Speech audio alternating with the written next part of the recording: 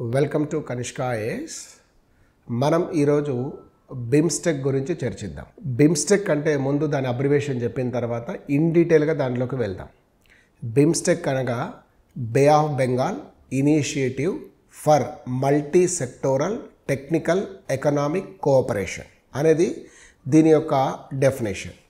So ఇది ఎందుకు ఏర్పడ్డది బిమ్స్టెక్ అన్నదాన్ని కనుక చూస్తే, వాస్తవంగా ఇది బిమ్స్టెక్ ముందు బిస్ట్, బిఐఎస్టి.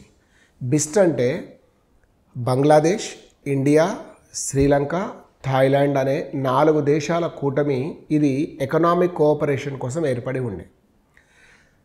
1997లో ఇందులోకి మయన్మార్ చేరిన తర్వాతనే దీన్ని బిమ్స్టెక్గా మనం పరిగణించడం అనేది జరిగింది. సరిగ్గా మీరు ప్రపంచ పటాన్ని గమనిస్తే సౌత్ ఏషియాకు సంబంధించిన ఇండియా, బంగ్లాదేశ్, శ్రీలంక, నేపాల్తో కలిపి మళ్ళీ మనకు ఏం కనిపిస్తాయి ప్రధానంగా అంటే థాయిలాండ్, మయన్మార్లు అనేవి కనిపిస్తాయి. సో ఇవి బే ఆఫ్ బెంగాల్కు మరియు హిమాలయన్ రీజియన్లో ఉన్న కంట్రీస్ను కనెక్టివిటీ చేయడం కోసమే అన్నట్టుగా మనకు ప్రధానంగా కనిపిస్తాయి.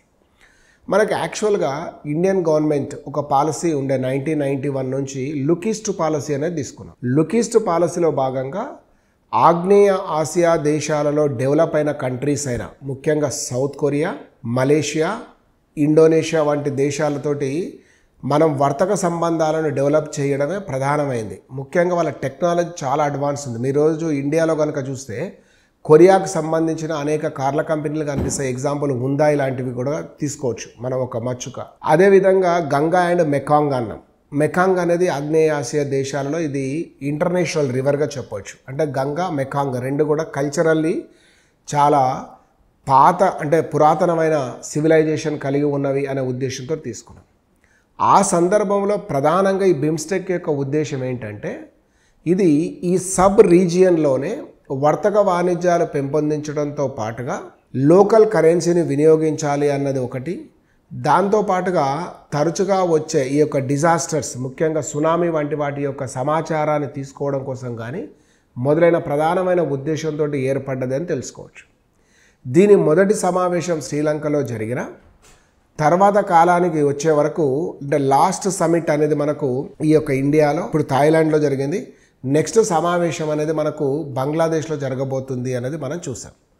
సో ఇది ప్రధానంగా ఈ యొక్క బిమ్స్టెక్కు సంబంధించిన సమాచారమైన ఈ సంవత్సరం థాయిలాండ్లో జరిగిన దాంట్లో తీసుకున్న నిర్ణయం మరియు భారత రిప్రజెంటేటివ్ ఎవరున్నారు అని చూస్తే భారత ప్రధానమంత్రి నరేంద్ర మోడీ భారతదేశానికి ప్రాతినిధ్యం వహించి ఇందులో భారతదేశం ముఖ్యంగా ఈ యొక్క క్లైమేట్ మీద సహకారాన్ని అందిస్తుందని, అదేవిధంగా బోధి అనే కార్యక్రమం ద్వారా ఈ ప్రాంతానికి చెందిన దాదాపు 300 మంది యువతీ యువకులను ప్రతి సంవత్సరం ఇండియాలో శిక్షణ ఇస్తామని, దాంతోపాటు ఈ యొక్క పర్యావరణానికి సంబంధించింది, వాతావరణానికి సంబంధించిన సమాచారాన్ని కూడా అందరితో షేర్ చేసుకోవడానికి సిద్ధంగా ఉందని చెప్తూ విజన్ 2030 అనే ఒక ప్రోగ్రామ్ను వీళ్ళు స్వీకరించినట్టుగా మనకు కనిపించింది.